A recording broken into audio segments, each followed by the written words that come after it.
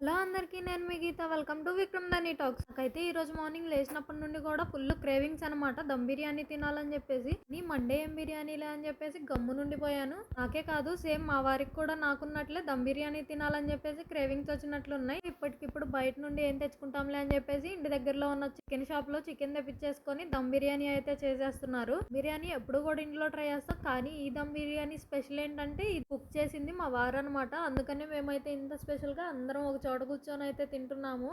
లేదంటే daily lunch టైంలో అయితే ఎవరికి వాళ్ళమైతే పెట్టేసుకొని తినేసి వెళ్ళిపోతూ ఉంటాము. కానీ ఈరోజు అయితే తెచ్చుకొని మధ్యలో హాల్లో పెట్టేసుకొని అందరం కూర్చొని రౌండ్గా అయితే ఇలా పెట్టుకొని అయితే కలిసి తింటున్నాము. అందరూ కలిసి ఒక చోట కూర్చొని భోజనం చేస్తూ చక్కగా ముచ్చట్లు చెప్పుకుంటూ చేయటం చాలా బాగుంటుంది కదా. చిన్నప్పటి నుండి కూడా అమ్మ వాళ్ళ ఇంటి దగ్గర అందరం ఒకేసారి భోజనానికి కూర్చొని అందరం ముచ్చట్లు చెప్పుకుంటూ మార్నింగ్ నుండి ఏం జరిగిందో అన్నీ చెప్పుకుంటూ అయితే తింటూ ఉంటాము.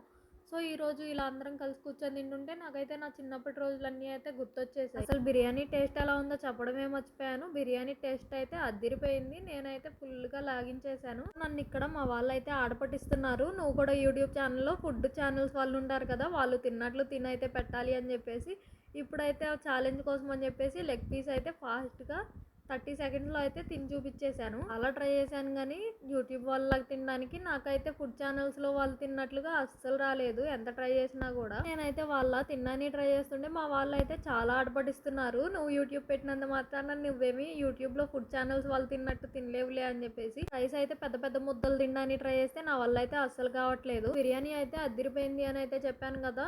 బిర్యానీ టేస్ట్ బాగుంది అని చెప్పేసి ఒక ముద్ద ఎక్కువే లాగించేసాము. ఒక ముద్ద ఎక్కువ తిన్నందుకు అరగంట సేపు అయితే వాకింగ్ చేయాల్సి వచ్చింది. మీరు కూడా ఇంతేనా? ఇష్టమైన కర్రీ ఉన్నప్పుడు లేదా ఇష్టమైన ఫుడ్ ఉన్నప్పుడు ఒక ముద్ద ఎక్కువ తినేసి పొట్ట బిర్రు వచ్చేసింది అని చెప్పేసి పడుకోకుండా అటు ఇటు నాలాగా రౌండ్లు వేస్తూ ఉంటారు. అలాంటి వాళ్ళు ఇంకా ఎవరైనా ఉంటే ఈ వీడియోని ఒక లైక్ కొట్టేసి నా ఛానల్ని సబ్స్క్రైబ్ చేసేసుకోండి. Thanks for watching. Please do subscribe to Vikram దని టాక్స్.